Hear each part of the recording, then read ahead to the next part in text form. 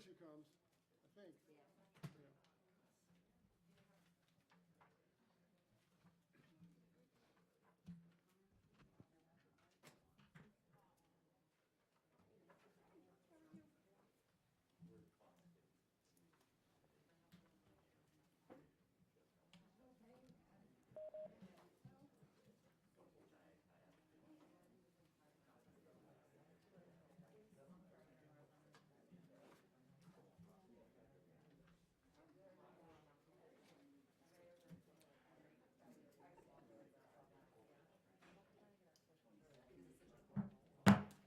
Good afternoon, everyone, and welcome to the Delaware Public Service Commission meeting of December 1st, 2021. All of those in attendance by telephone or other electronic device, please look down at your device and watch and see that it's on mute, unless you're speaking, obviously. Malika Davis, would you stand up for a second? Malika, we all want to congratulate you on your selection. And please have a seat. We're excited for you personally, and we're excited for the commission, and we send our best wishes. It's delightful to see people promoted, so thank you, Malika. Commissioner Gray. Thank you, Mr. Chair. I'd like to take just a moment to congratulate also our friend and colleague, Chair Willie Phillips from the D.C. Commission, who has both been nominated and confirmed by the Senate to be the next FERC Commissioner. Thank you, Mr. Chair. Congratulations, Commissioner Phillips, who is an outstanding individual and will make an exceptional FERC Commissioner. First thing on the agenda today is the reading of the meeting minutes of November 17th, 2021. Does any commissioner have any changes, corrections, additions, deletions? Commissioner Drexler. I have one quick question. The minutes say that the meeting was adjourned at 3:19 p.m.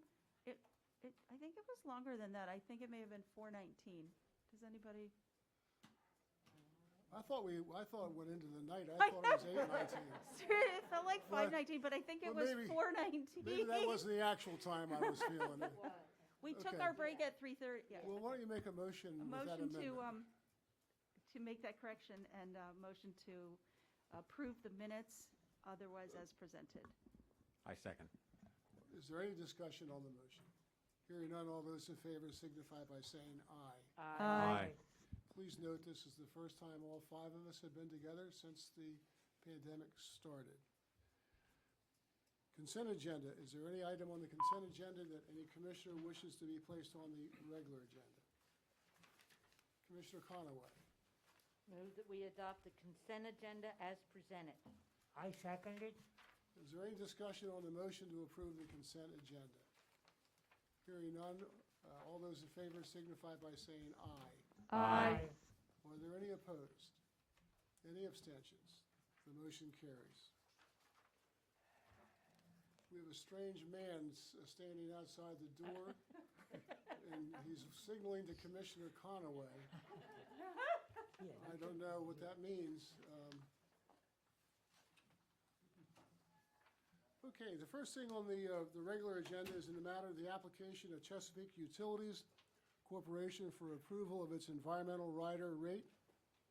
And we have Lindsay Orr from Chesapeake with us. Welcome. Thank you, Chair Winslow and Commissioners. Good afternoon. Good to see you all in person again. Lindsay Orr on behalf of Chesapeake Utilities. You have in front of you order number 9927, which approves Chesapeake's request to maintain its environmental rider rate of 0.0009 cents per CCF for all firm delivery service customers effective with service on or after December 1st, 2021. Chesapeake filed its application for approval of its environmental rider rate on October 29th, 2021, seeking approval of its environmental rider under the process approved in PSC order number 4104 and docket number 95-73, which authorized an annually adjusted surcharge mechanism to allow Chesapeake to recover the expenses it has incurred or will incur for remediation of environmental damage liabilities. The application proposed no change in the current environmental rider rate of 0.0009 per CCF for all firm delivery service customers, which was approved by order number 9758 in docket number 20-0720 on March 31st, 2021. On November 4th, 2021, Chesapeake refiled its application to include a request to forego public notice pursuant to 26 Del Code Section 304A because the rate will remain the same from the previous period. Staff has reviewed the application, exhibits, and supporting documentation and has submitted a memorandum recommending approval of Chesapeake maintaining its current positive surcharge rate of .0009 per CCF for all firm delivery service customers, finding the rate to be just, reasonable, and appropriate. Order number 9927 finds good cause to waive the 60-day notice requirement for rate changes because the rate will remain the same from the previous period, and approves as final Chesapeake's proposed rate of .0009 per CCF for all firm delivery service customers, effective with service on and after December 1st, 2021. Chesapeake thanks staff for its review and for preparing the proposed order and allowing Chesapeake the opportunity to comment. Chesapeake supports the form of order in front of the Commission today and respectfully requests approval of order number 9927. Thank you. Thank you, Ms. Orr. Mr. Walsh, for staff. Thank you, Chairman Winslow and Commissioners. Tom Walsh on behalf of staff. Ms. Orr's recitation is accurate, and staff supports the Commission's approval of Order 9927. Thank you, Mr. Walsh. Ms. Iori. Thank you, Chairman Winslow and Commissioners. The DPA also supports the proposed form of order and thanks staff for preparing it. Thank you, Ms. Iori. Commissioners, do you have any questions of the parties? Commissioner Correa. I move that we adopt the proposed order number 9927. I Second the motion. Is there any discussion on the motion to approve proposed order number 9927? Hearing none, all those in favor signify by saying aye. Aye. Aye. Are there any opposed? Any abstentions? The motion carries. Thank you, Ms. Orr. Thank you. Number 2 is in the matter of the Commission's review of Delmarva Power's retail electricity pricing and potential long-term approaches to secure lower-price energy. We have Mr. O'Brien on behalf of staff. Thank you, Chair Winslow and Commissioners. Bill O'Brien on behalf of Commission staff, and I have with me this afternoon Pam Knotts, Senior Policy Advisor. And what you have before you is a memorandum from Pam Knotts, as well as proposed order number 9925. The proposed order would direct Delmarva Power to use a placeholder or proxy price for its PJM capacity price in its SOS auction process that's coming up in January. This is the third time in the last year and a half that we've come before you on this very same issue. And as you recall, the reason why it arises is because as PJM works through certain FERC proceedings involving its base residual auction for generation capacity, or BRA, they also will postpone certain BRAs, which then affect whether or not Delmarva will have that BRA auction price in time for its SOS process. So all we do here is, based on prior auction prices for generation capacity, staff and Delmarva come up with a proxy price and then insert it into the SOS process, and then Delmarva later trues up that number with its wholesale suppliers for the difference between that proxy price and what PJM actually gets in its BRA auction for generation capacity. So staff would ask that you enter order 9925, which does direct Delmarva to, again, use that capacity price in its SOS process. Thank you. Is there anyone here representing Delmarva Power and Light? Oh, yeah, Dawn. Good afternoon, Chair Winslow and Commissioners. Delmarva agrees with staff's recitation and also agrees with the proposed form of order that's been presented to you today. Thanks very much. Ms. Iori? Thank you, Chairman Winslow and Commissioners. The DPA also supports the proposed form of order. Thank you. Thank you. Commissioners, do you have any questions of the parties? Just, Mr. Gray? thank you, Mr. Chair. So this is for contracts beginning in June 1, 2022. What duration of time will this proxy price be good for? I can tell you that, well, I'll go ahead and let Pam Knotts answer that. Okay. Commissioner Gray, it's good for the 2023, but since we're not changing it from the tranche one that we approved, you approved in July of $118.12, the capacity price will remain the same for both tranches, and then it will be for delivery year 2022 residential small commercial contracts, which are 2-year contracts. So that's why we had to change for tranche 2 for these contracts also. Did I answer your question there? Okay, so if you needed another proxy price, it wouldn't be until approximately when? Well, this will be the auction for 2023, so I don't think PJM has determined the auction for 2024 delivery year yet, but it would probably be sometime later in 2022, I would think, maybe early 2023. Okay, thank you very much. No further questions, Mr. Chair. Commissioner Gray? I'll move that we adopt order number 9925 as submitted. I second. Is there any discussion on the motion? Hearing none, all those in favor signify by saying aye. Aye. Aye. Any opposed? Any abstentions? The motion carries. Number 3, in the matter of the provision of standard offer supply to retail consumers in the service territory of Delmarva Power and Light Company. And we have proposed order number 9933, and I believe Mr. O'Brien is going to lead this off. Thank you, Chair and Commissioners. Bill O'Brien on behalf of staff.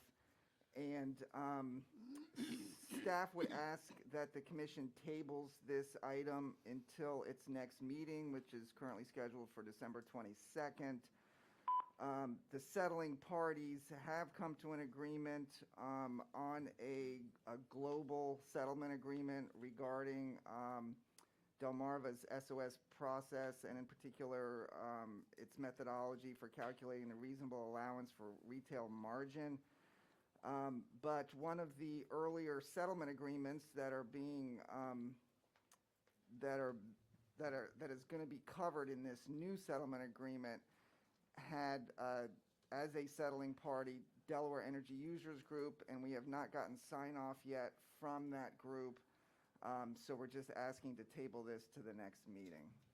Thank you, Mr. O'Brien. Does any commissioner have a question about what's going on here, or have any objection to the action requested by Mr. O'Brien? Seeing no response or hearing no response, the matter is tabled. Number 4 is in the matter of the application of Delmarva Power and Light Company for approval of a voluntary program for prepaid power. Dawn Kurtz, Crompton, please. Thank you, Chair Winslow, and good afternoon to you and Commissioners. This is Dawn Kurtz Crompton on behalf of Delmarva Power and Light Company. This agenda item pertains to Delmarva's application for a voluntary program for prepaid power that was filed on July 12, 2018, and assigned docket 18-0953. As set forth in the application for the prepaid power program, Delmarva was proposing that customers could choose to prepay for their anticipated energy consumption, track how their usage was trending in relation to their prepayment, and add to their prepaid bank account as needed. Along with its application, Delmarva submitted testimony of 3 company witnesses for the program. In January of 2019, Commission staff and the Division of the Public Advocate, or DPA, filed their testimony, and Delmarva submitted rebuttal testimony in mid-March of 2019. On March 27, 2019, the assigned hearing examiner conducted a public evidentiary hearing in connection with our application. After post-hearing briefing was complete, but before the hearing examiner had issued proposed findings and recommendations, Delmarva staff and DPA engaged in negotiations to determine whether the matter could be settled, and jointly requested the hearing examiner to postpone issuing proposed findings and recommendations pending those negotiations. The parties were able to reach a compromise, and on June 27, 2019, the parties jointly requested that the commission stay this docket pending the results of the Baltimore Gas and Electric Company's prepaid pilot program, or the BGE pilot.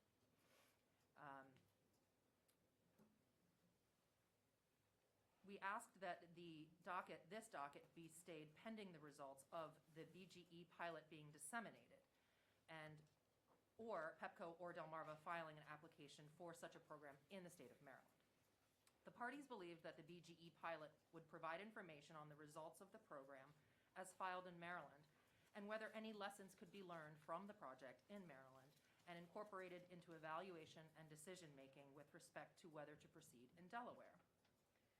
On July 16, 2019, the Commission issued Order Number 9430, which, among other things, granted the parties' motion to stay, quote, pending the results of the BGE pilot being disseminated, close quote.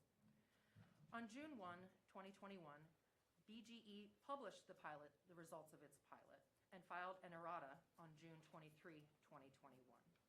In light of various considerations, such as the coronavirus pandemic and the moratoriums on disconnections in Maryland, BGE requested a second 12-month pilot in order to assess data based on non-pandemic conditions.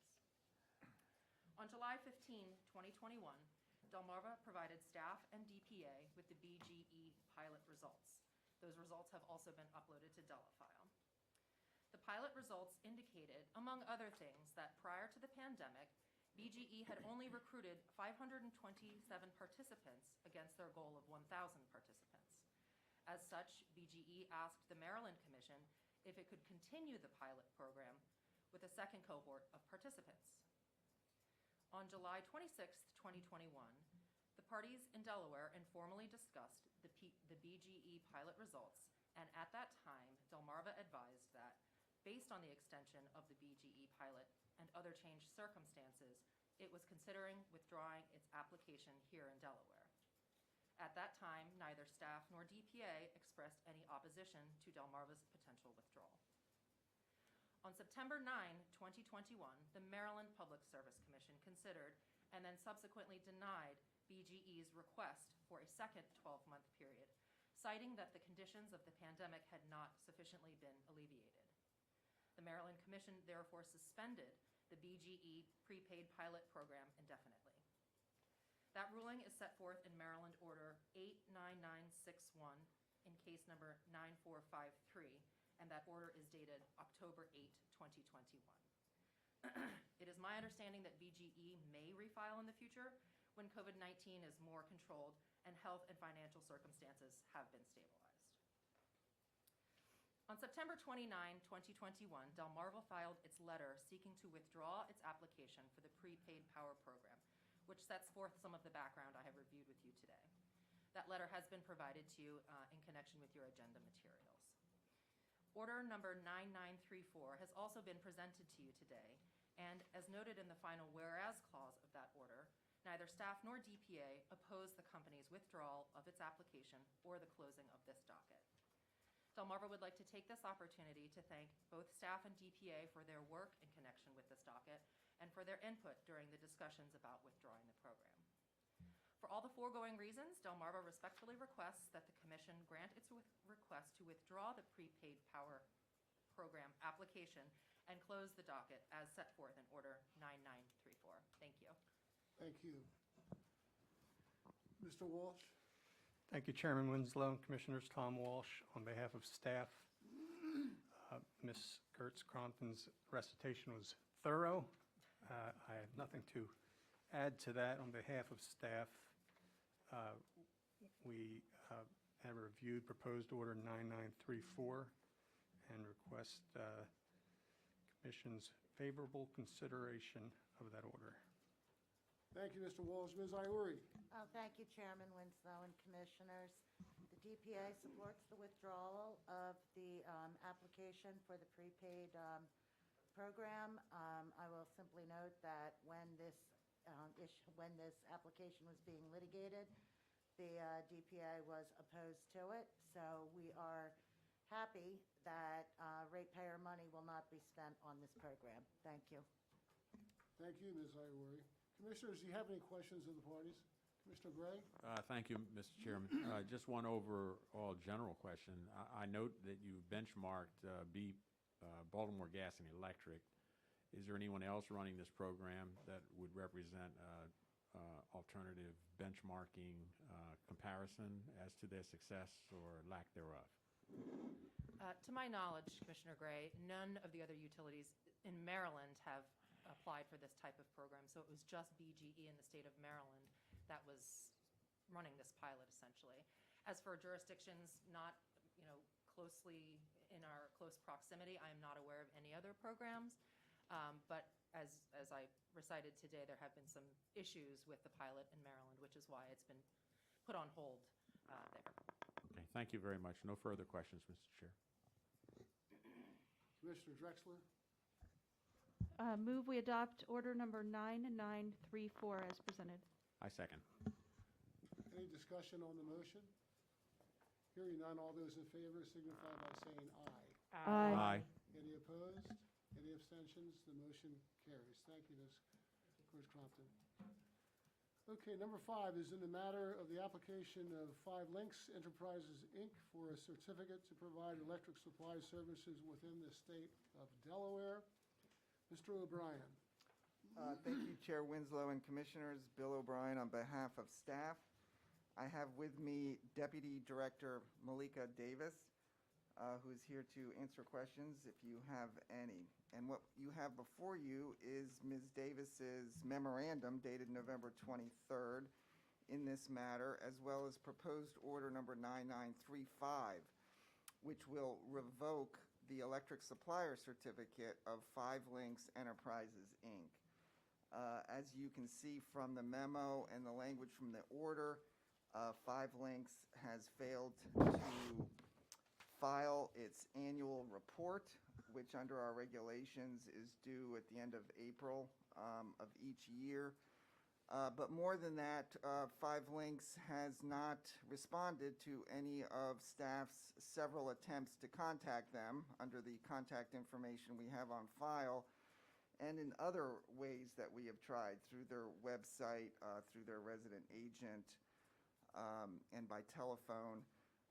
So we've essentially lost contact with 5 Links Enterprises. As noted in the memo and in the order, their certificate is for brokering electric services, not for supplying electric services. So they do not have any direct customers or direct end-use customers in Delaware.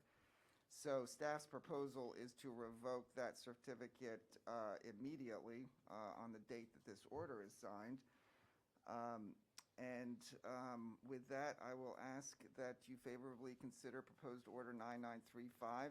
And again, we do have Deputy Director Davis here for questions. Thank you, Mr. O'Brien. Ms. Iori, do you have any comments? I do not. Thank you.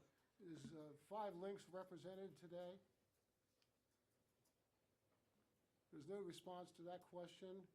Commissioner Conaway, we're first. Any questions of the parties on this? Commissioner Conaway. Move that we adopt order number 9935 as presented. I second it. Is there any discussion on the motion? Mr. Chairman, I have one question, Mr. O'Brien. Or 2 questions. Are they still brokering electricity, and how will the revocation change that if they are?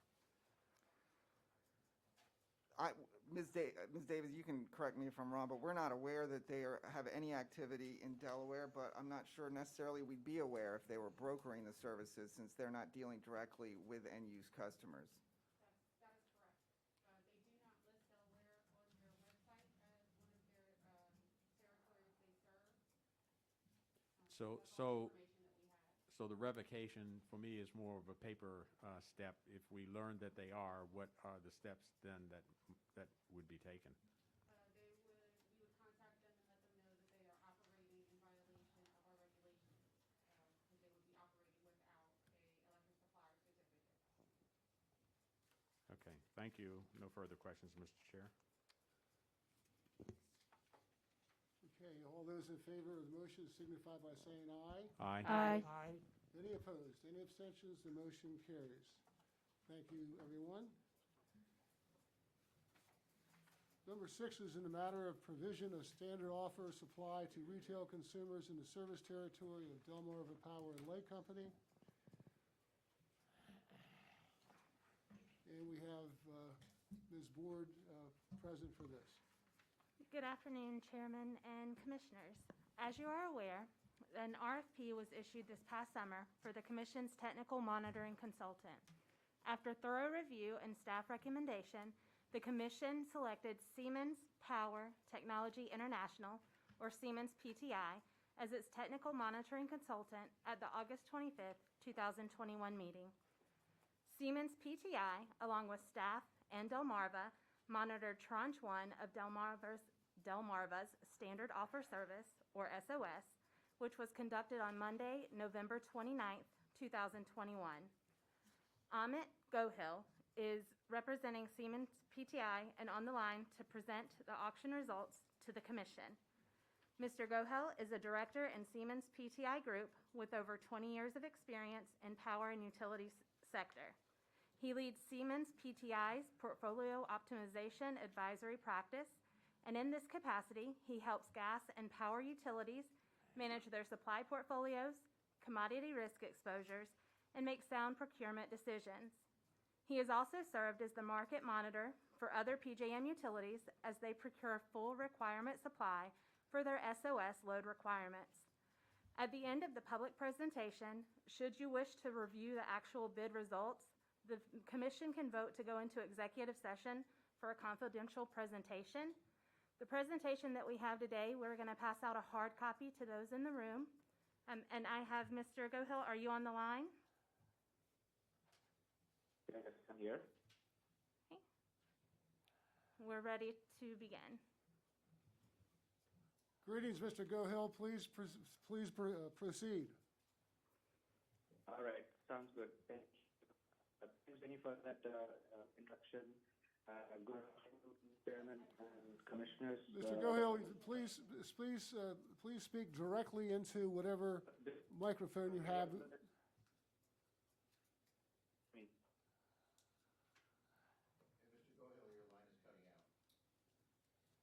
Okay,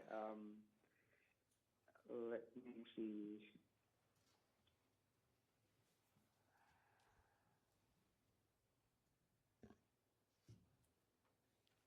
Right.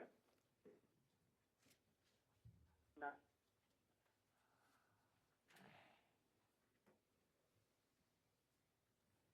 let me try calling back in. I don't know what is happening, but maybe it's my service on my side.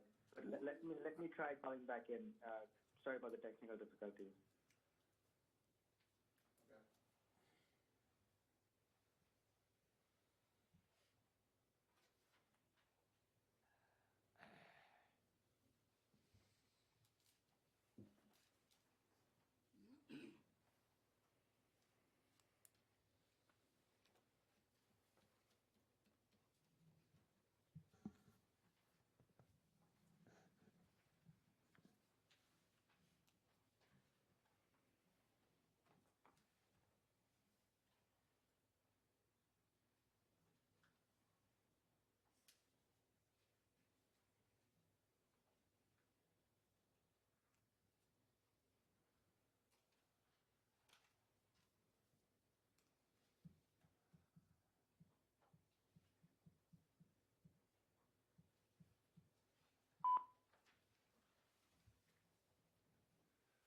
Mr. Gohil? Mr. Gohil?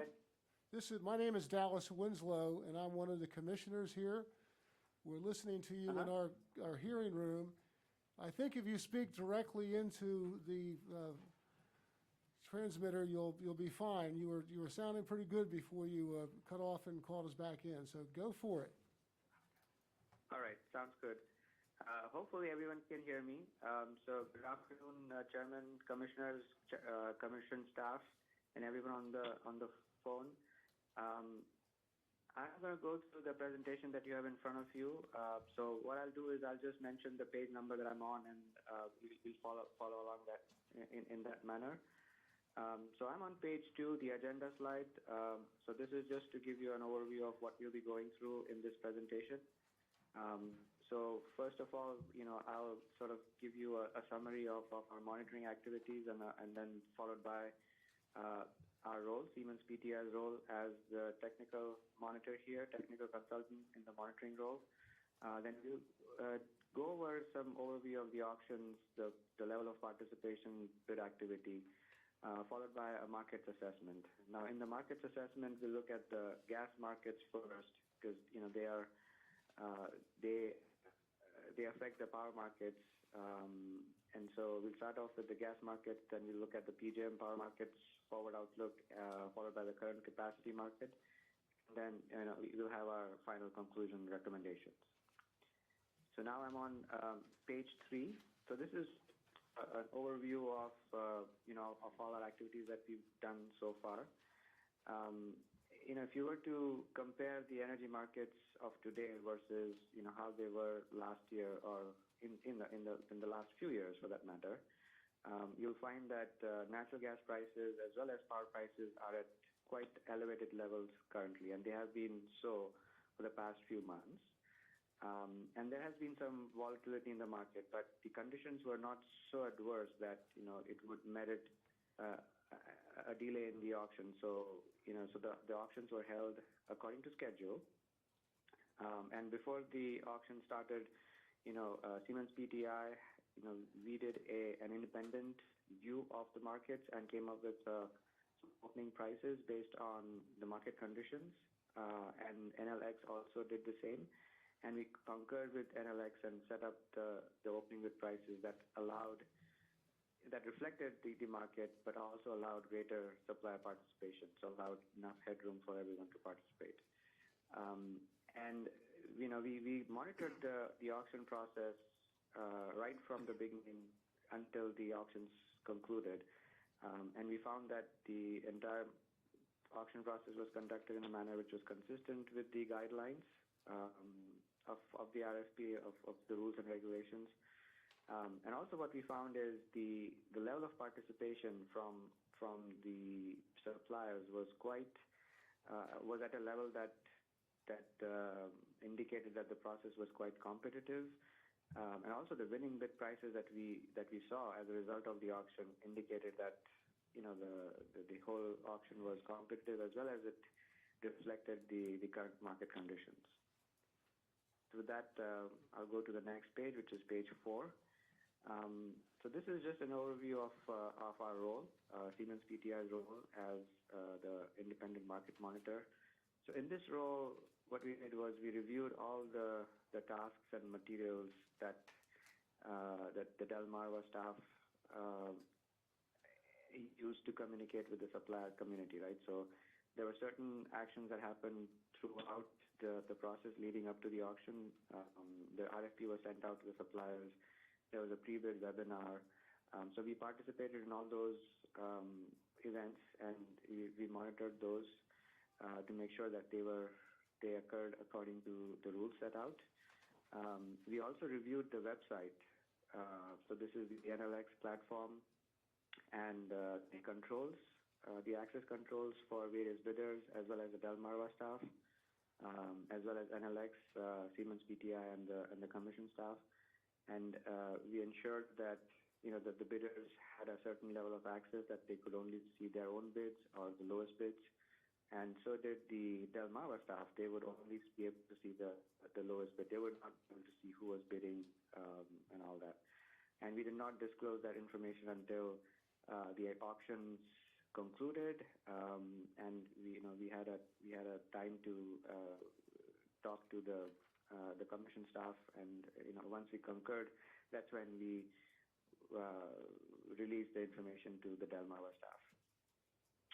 We also monitored the eligibility of the bidders. They submitted all the documents, and they were in line with the RFP guidelines. We looked at the NLX's fees that they charge for the use of the platform and conducting the auction. we also, before the auction, we had an independent view of the markets, and we did a markets assessment, and we submitted a report to the commission. And in that report, we had an assessment as well as the opening prices. And finally, we, on the day of the auction, which was Monday, November 29th, we monitored the auction. We did it remotely,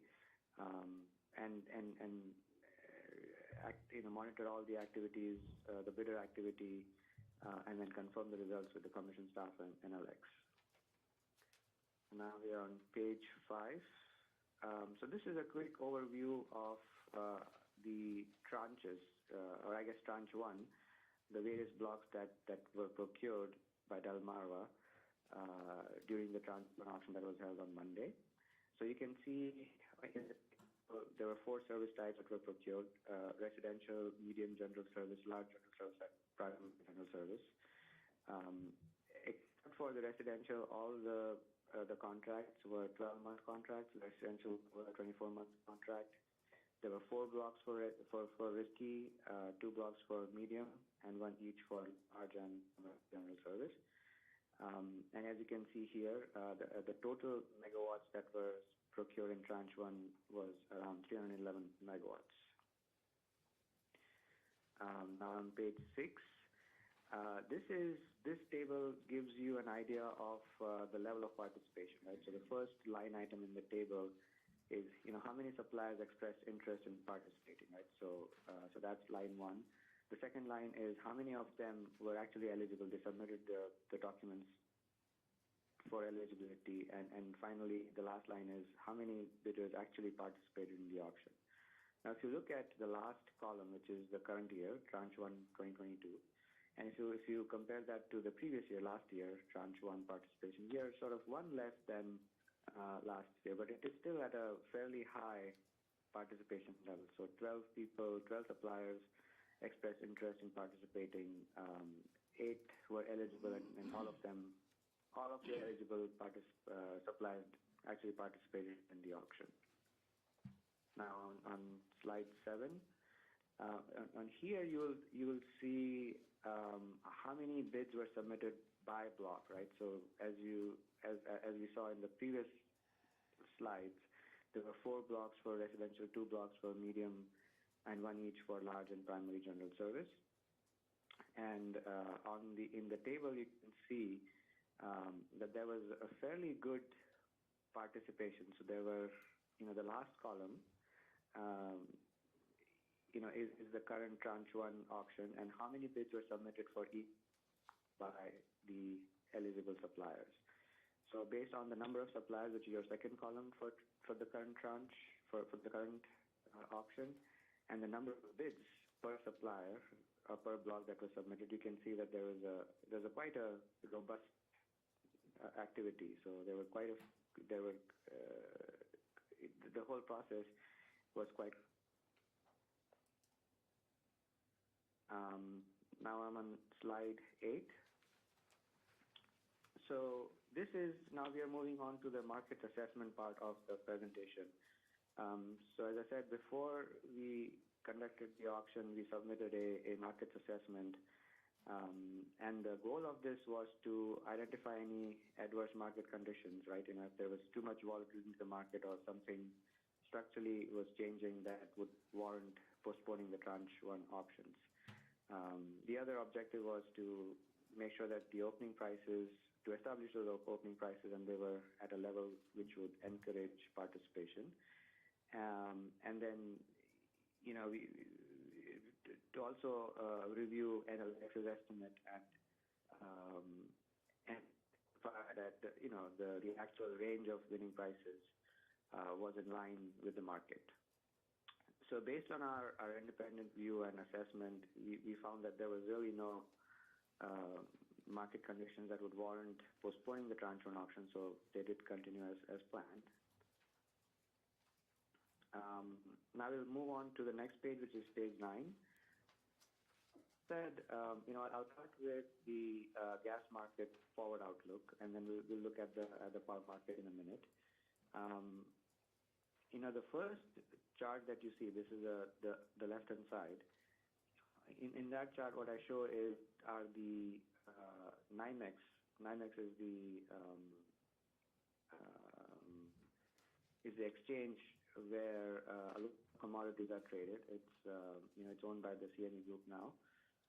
Henry Hub is one of the most liquid commodity contracts in the country, and the delivery point is Henry Hub. So what you see are the Henry Hub forward prices. So the black line, the solid black line that you see towards, it's almost sort of towards the bottom. That's where the prices were last year ago. The price levels was in the $3 range, and today, or just a few days ago, actually the 19th of November is the date. On 19th of November is the red curve, right? So you can see that the prices for natural gas are quite elevated compared to last year. And there are variety of reasons for that. There was the pandemic, and after the pandemic, the stabilized a little bit. The for natural gas rebounded, but production didn't quite keep up, right? So the demand was outstripping the production, and because of that, the prices have risen. And because of this dynamic between the supply and demand, the storage levels for natural gas have been quite low. They have been below the 5-year average for quite some time now. And it's going to be like this at least for the next few months. It's probably like middle of 2022, that's when things will start to stabilize. So because of that, you do see high prices in natural gas. So that's the left-hand side chart. Now, on the right-hand side is the pricing for Transco Zone 6, non-New York. And the reason why we look at Transco Zone 6 is because of its geographic proximity to the DPL zone, in PJM. And again, if you look at the chart, the light green line is where the prices were last year, right, 12 months ago, and the black solid line is the current prices. It's a similar story as Henry Hub. The Transco Zone 6 prices are much higher compared to last year. So if I just look at the 12 months, right, so the first 12 months, which is June through, or July through June, the next, the first 12 months, and if I average the prices over those 12 months between these two curves, what I find is that currently that 12-month strip price, which is the average of the 12 months, is 35% higher year over year. And the following 12-month strip, which is the year 2, July through June, that period is, or those prices are 20% higher year over year. So what this also shows us is that the forward curve is sort of backwardated, meaning the front months are at a higher level compared to the months which are farther away into the future. Now I'm on slide 10. And what this chart shows is a visual representation of the correlation that exists between natural gas prices and power prices, right? So the green curves are natural gas, and the black curves are power. So the green curves are plotted on the right y-axis, and the black, which is power, is plotted on the left y-axis. But and then those are, as you can see, that both natural gas and power prices are seasonal. The peak season, which is usually the heating season for natural gas, the winter, the demand is high, the prices are high, and then they fall as the demand sort of comes down in shorter months. So that's the dynamic that you see on the natural gas curves, right? And you can see that sort of the power prices follow the same pattern.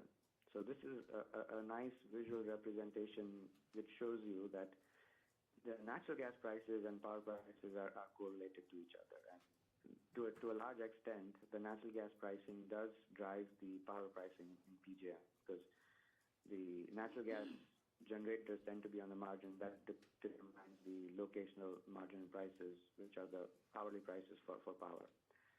So so hopefully that this chart shows you this visually.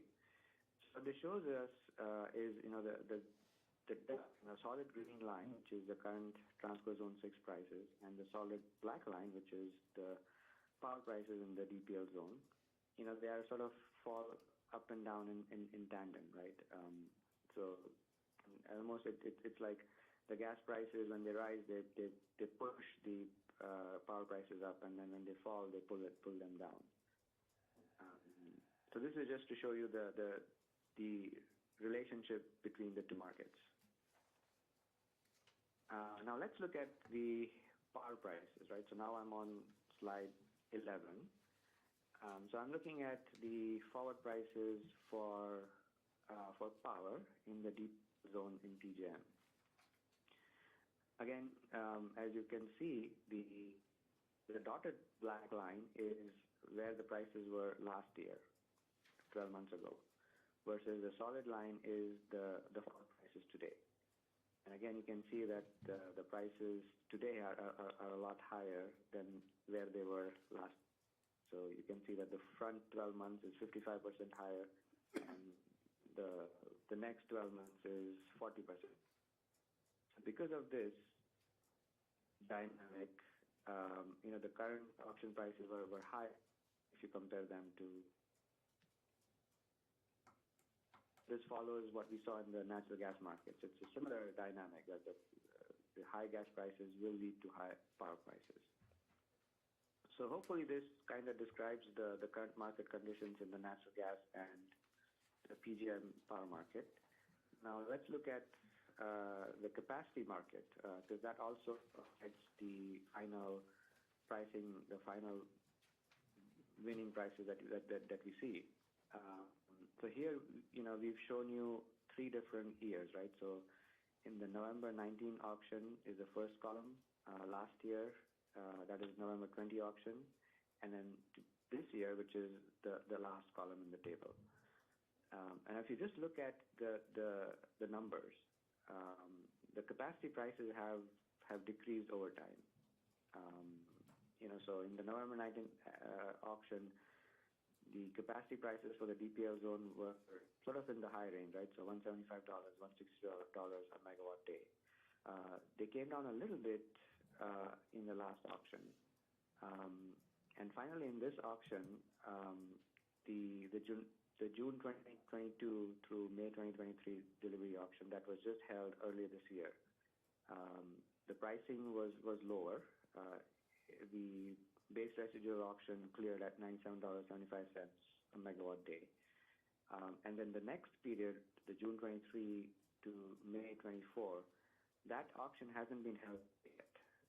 It's slated to be held, I think it's in like middle of January. So we won't have the prices, we didn't have the prices for that period yet. And so we used the commission-approved proxy price, which is $118.12 price for pricing the for pricing the capacity portion of the price, and that was shared with the suppliers, and that's what they used too. And so this minimum offer price rules still affects the PJM markets. That if you followed the capacity markets, the FERC rule. It continues to affect the PJM market, and they're still trying to figure out, how to comply, and then there are certain things still going on at the FERC level, at the PJM level, and because of this, there has been delays in the capacity market auction. Although the initial thought that the capacity prices would go up, that did not materialize. As you can see, the capacity prices actually came down. So at this point, this is how, this is the state of the capacity market as it is today. Okay, so last slide, which is slide 13, so here's our conclusions, right? So we've looked at the pre-bid process, right? We covered that. We looked at the market conditions. I mean, they're prices are at elevated levels. There's a little bit of volatility in the market, but things are not so bad that we need to delay the RFP process. The opening prices that we set for the auction were in line with the market. It also were at a level that would encourage greater participation from suppliers. The entire auction process was conducted in a manner which was consistent with the guidelines.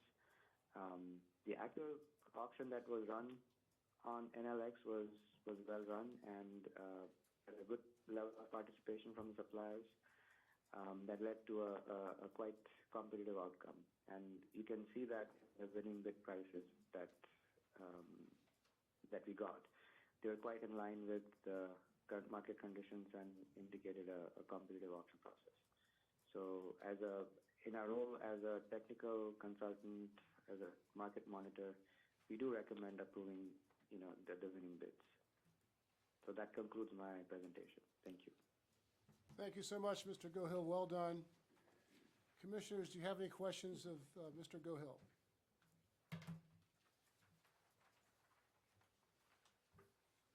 Does any commissioner wish to ask the commission to go into executive session for the details, which I believe will be revealed publicly? Ms. Board, on what date?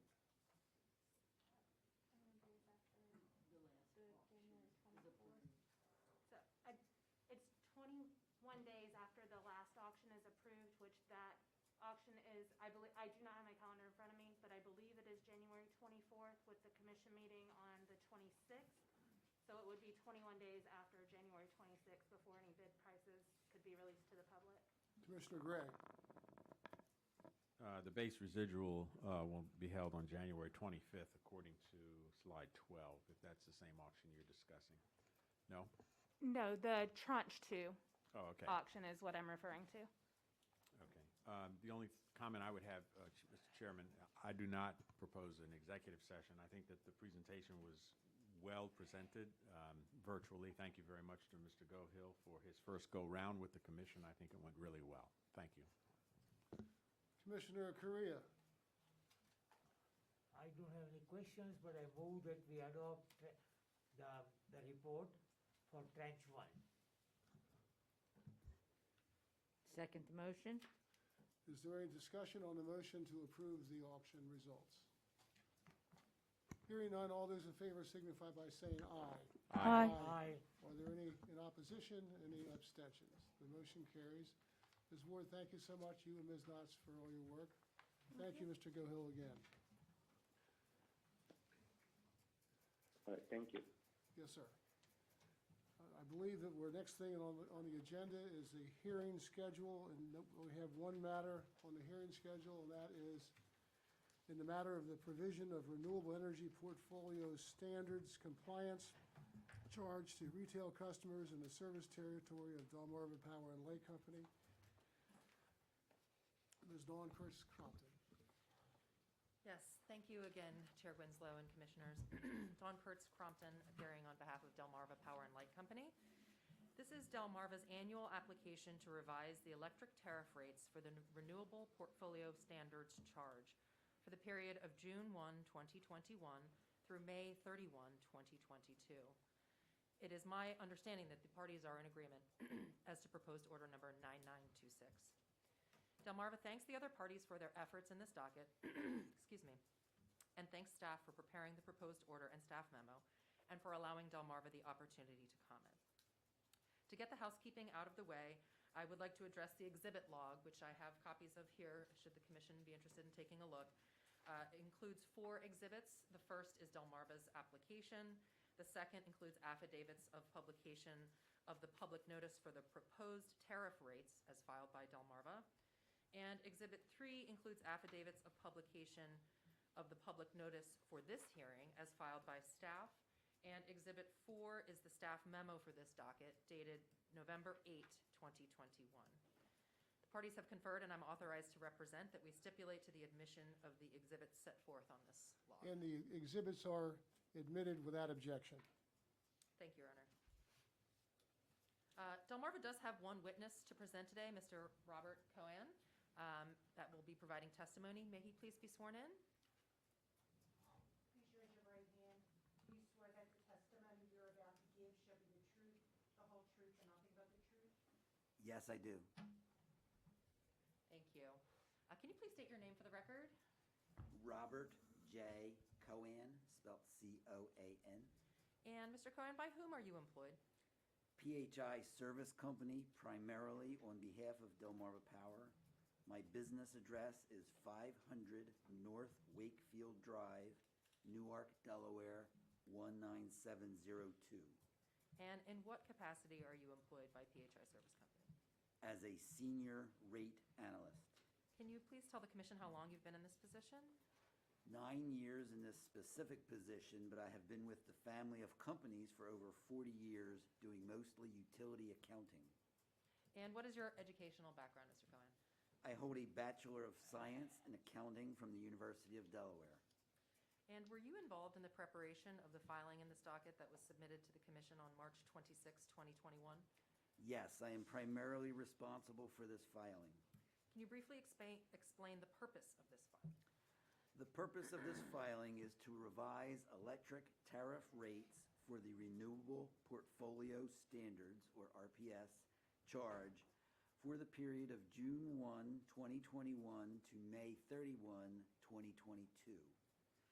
The revised rates include estimates for the projected period plus prior period true-ups for over or under recovered balances. And what was the filing composed of? The filing was composed of revised tariff sheets, RPS charge calculations, rate change percentage, and supporting work papers. Was the methodology consistent with prior years? Yes. And in connection with this filing, did you schedule a meeting with PSC staff and the DPA to review all of the documents associated with the filing? Yes, we held a technical conference via video conference on June 10th, 2021, and later answered both formal and informal discovery questions. During the review process, did staff, DPA, or the company propose any adjustments based on the documentation included in the filing? No. During the review process for this docket, neither Delmarva nor staff noted any adjustments. However, during the review of the Standard Offer Service docket 21-0199, 2 invoices totaling $1,875 were found, which should have been included in this filing. Those 2 expenses will be included in the 2021 true-up, which is expected to be filed by March 31, 2022. And was notice of this application published as required by order number 9773? Yes, on May 7, 2021. And were the affidavits of publication filed with the Public Service Commission? Yes, on May 28, 2021. And are the rates proposed in the application currently in effect? Yes, these charge rates were put into effect on a temporary basis effective June 1, 2021. And has staff determined that the commission should approve as final the rates that went into effect on a temporary basis on June 1, 2021? Yes. What is the bill impact to customers as a result of this filing? A typical residential customer using 845 kilowatts per month on average has seen an increase of approximately $1.61 per month.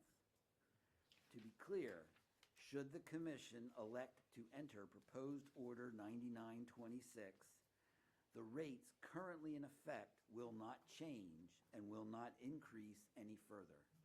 Thank you, Mr. Cohen. Do you have any further testimony at this time? No. Mr. Cohen is available for cross-examination. Are there any questions from any party? No. No questions. And unless the commission has any questions, this concludes Delmarva's testimony for this docket, and we respectfully request that the commission enter order number 9926 as presented. Okay, thank you very much. Mr. O'Brien. Thank you, Chair Winslow and Commissioners. Bill O'Brien on behalf of staff. And I do have Amy Willie, Public Utility Analyst, here with me today, and I will be calling her as a witness. First, I wanted to note one correction to the exhibit log. Exhibit 4, which is staff's memorandum, is actually dated November 24th. we did update that date to coincide with the date that we provided the memo to the commission, which was last Wednesday, November 24th. So the memorandum you have before you, which is Exhibit 4, is actually dated November 24th. And if it please the commission, I would like to call my first witness, or my only witness. Absolutely, but I'm just looking around the commission room and Well, I know the guy to your right's I'm not here here. on the phone. Really? Thank you, Amy. You're welcome. It's good to be heard. Ms. Whitley, do you swear that the testimony you're about to give should be the truth, the whole truth, and nothing but the truth? Yes. Ms. Willie, would you please state your name and address? My name is Amy Willie. That's spelled A-M-Y, capital W-I-L-L-E-Y. My business address is 861 Silver Lake Boulevard, Suite 100, Dover, Delaware. And who's your employer and what is your position title? I am employed by the Delaware Public Service Commission as a public utility analyst. And would you briefly describe your educational and professional background? I have earned a Bachelor of Science degree in Business Management from Wilmington University. I have been employed with the Public Service Commission for over 2 years as a public utility analyst. I also have over 12 years contract sales experience, which included, but was not limited to, the analysis and preparation of various financial documents.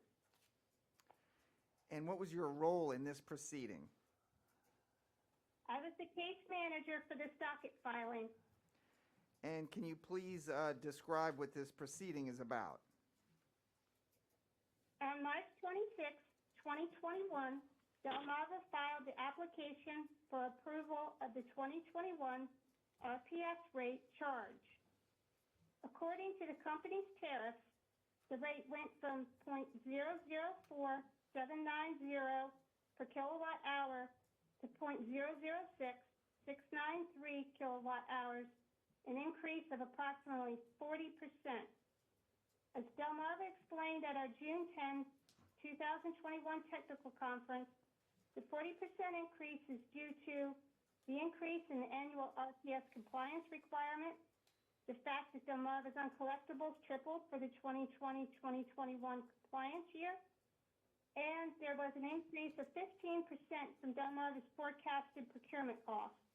The commission approved the proposed rates on a temporary basis with proration, subject to refund in order number 9773, dated April 21st, 2021.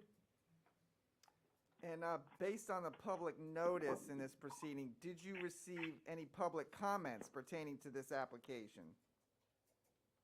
No public comments were received. And what was the nature of your review? I attended a technical conference with Delmarva Power on June 10th, 2021 to review the filing and submitted discovery questions for this conference. I reviewed calculations, invoices, and worksheets comprising the summation of the RPS rate. And what were your findings based on that analysis? After reviewing a significant amount of documentation for accuracy and compliance, I found no substantive errors. I'd like to note, since Delmarva did not conduct a 2020 SREC procurement program, that it did not seek to recover the solicitation and the SEU administrative cost in this filing. And what are your recommendations in this proceeding? Staff respectfully recommends that the Commission approve as final the RPS charge rate that went into effect on a temporary basis on June 1st, 2021, with proration for the period from June 1, 2021 to May 31st, 2022. And do you believe that your recommendation will result in rates that are just and reasonable and in the public interest? Yes, I do. And does this conclude your testimony? Yes, it does. Thank you. Chair Winslow, Ms. Willie is available for cross-examination. Ms. Dawn Crompton? No questions. Thank you, Your Honor. No questions. Commissioners, any questions? Thank you. Okay, I think That concludes staff's case. Ms. Iori. Thank you, Chairman Winslow and Commissioners. The DPA has no witness to proffer. The DPA does not oppose the proposed form of order. Thank you. Thank you, Ms. Iori. Is there anyone else? No? Commissioner Gray? Thank you, Mr. Chairman. Yes, I'm struggling to comprehend one little piece of this, which says that the RPS increase includes a tripling of Delmarva's uncollectibles for 2020 and 2021. So I'm just curious, are these uncollectibles for the RPS acquisition?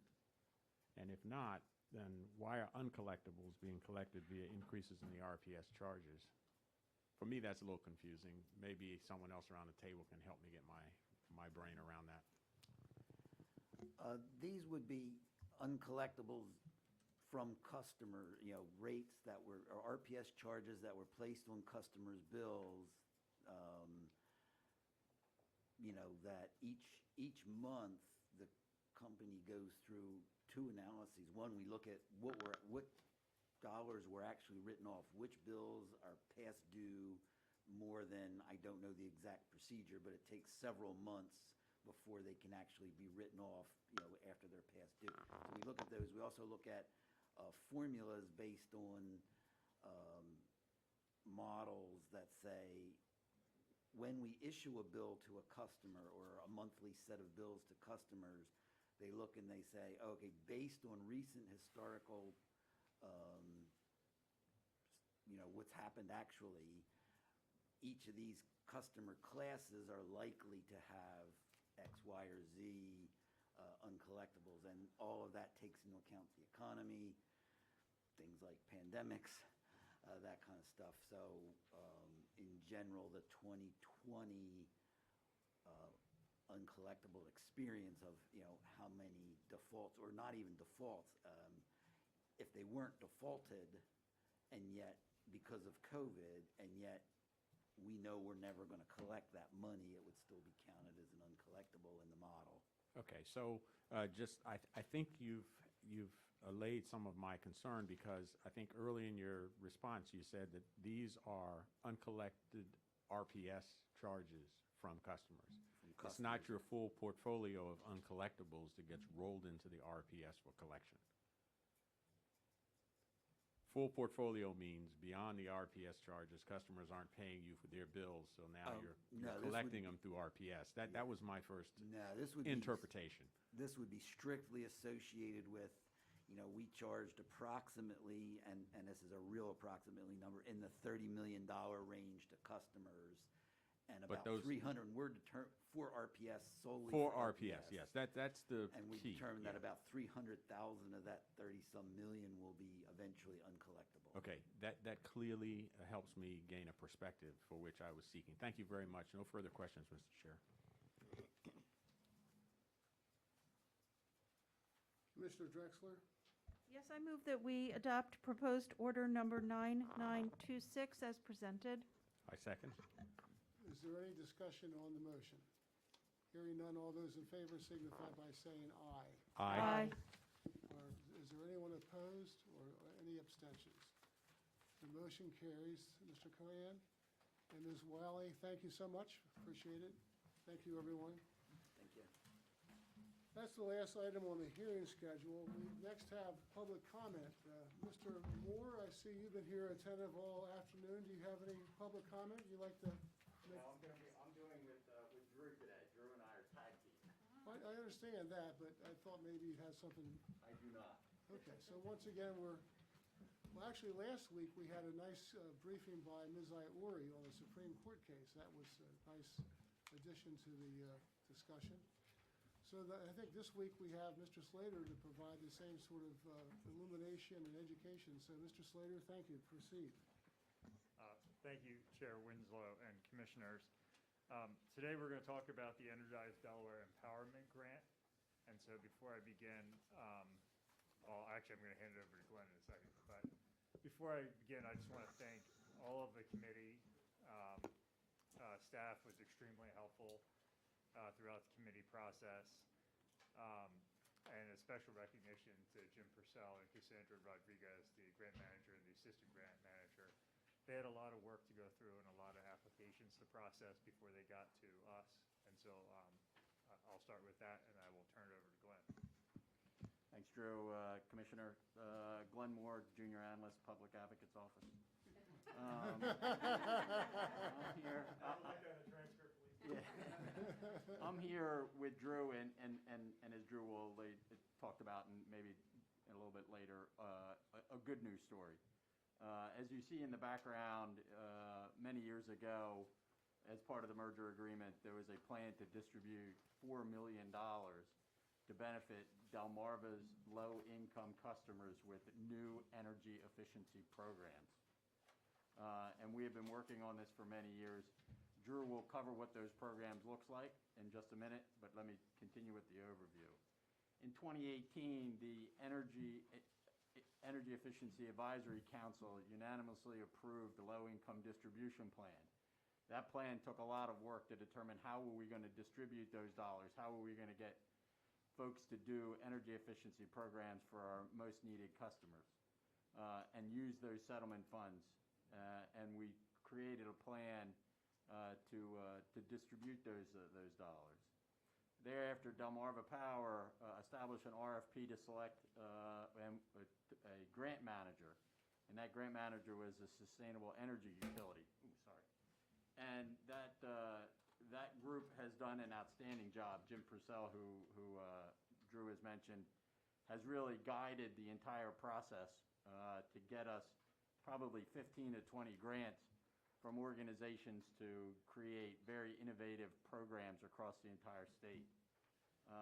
Energize Delaware set up two grant applications, and there's a reason for the two. One was up to $100,000 with the idea that local community groups could do something in their own communities.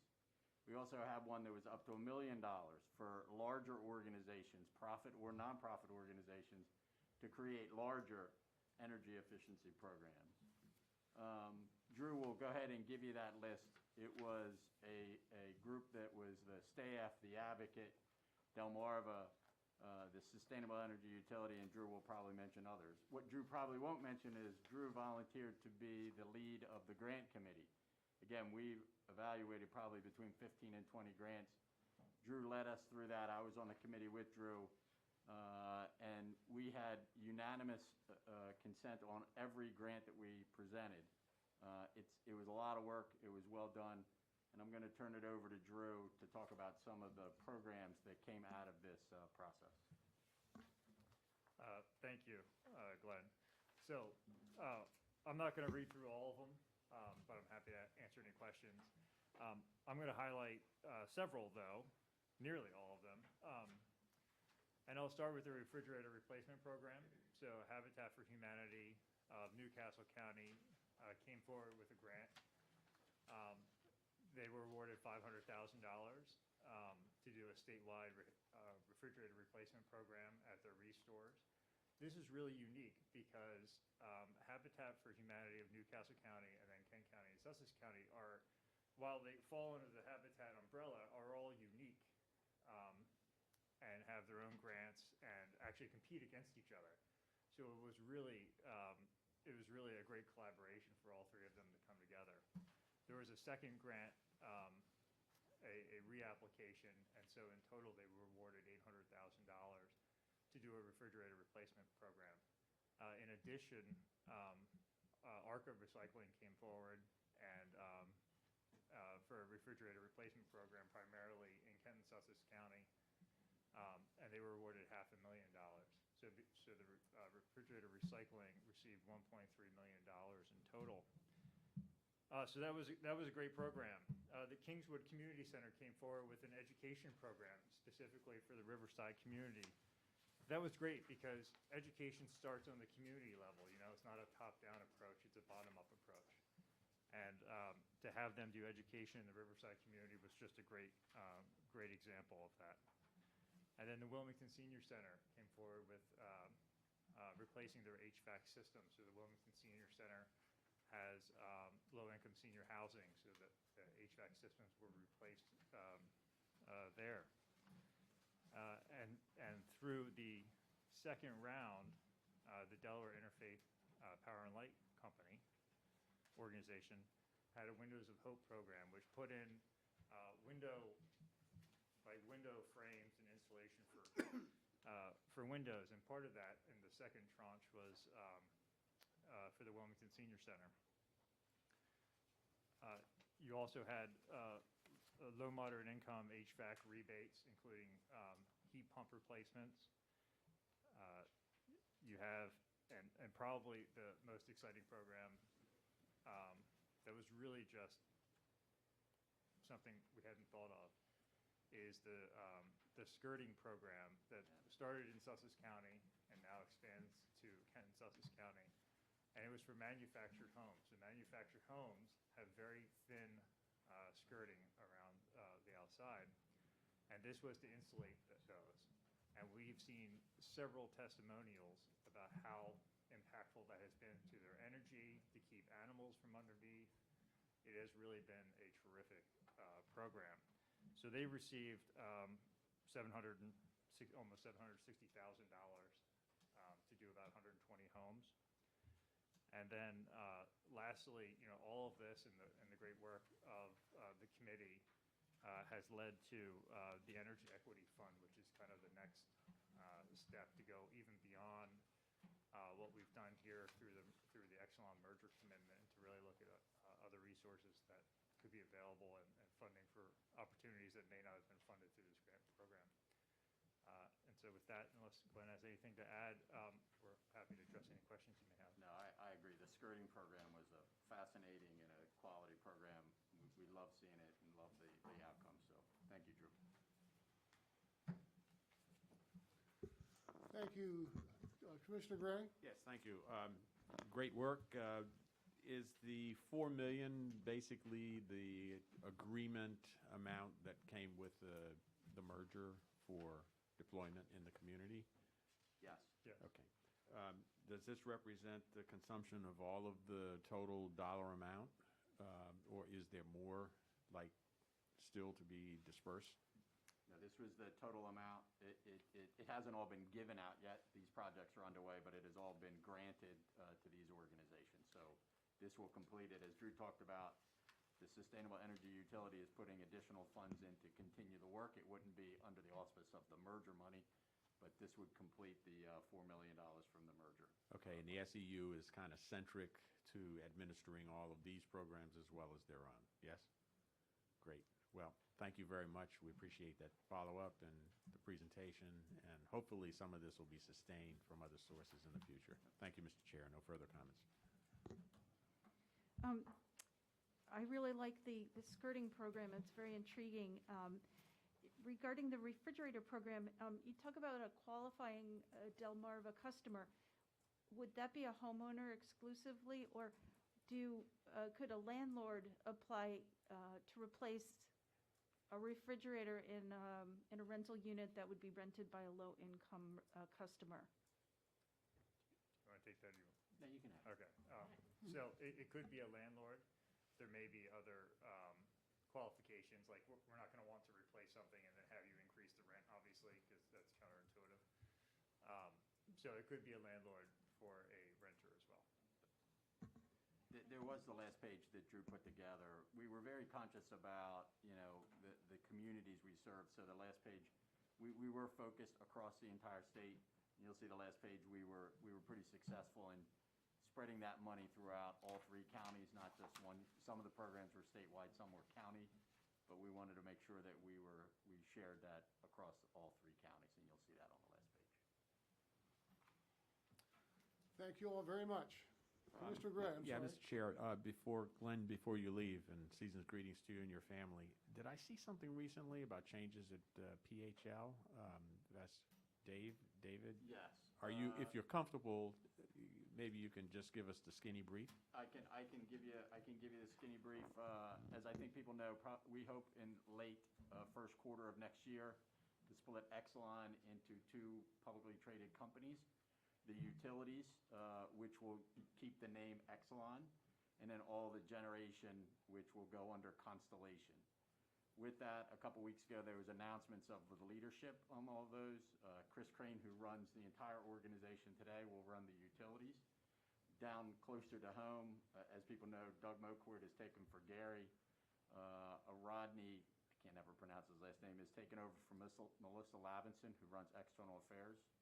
And Dave Velasquez, who's been the COO, is going to help run transmission across the entire organization. And Tyler Anthony, who is currently the COO of PHI, who you may know, will be the CEO of, and those are effective immediately. So I've lost my boss's boss, and my boss's boss's boss, but we'll gone through. But there's press release we'll certainly get to you, but yeah, those are all official and active. I'm sure one of them will find you, Glenn. Congratulations. Thank you. Thank you, Mr. Chair. Thank you, sir. Mr. Hartigan. Thank you, Chair Winslow, and Commissioners. Good afternoon. I apologize, we're having some technical difficulties in the room, so we weren't able to share the Energize Delaware presentation on the live stream, but we have posted it to our website. So I appreciate Sam Hemphill doing that so quickly. He stole my thunder earlier, welcoming Malika, but trust me, nobody's happier than I am that she accepted her new role. So delegation is great. Finally, our next meeting will be December 22nd. See you then. Okay, I guess there's no public comment, so everyone have a great time, and we'll see you on the 22nd.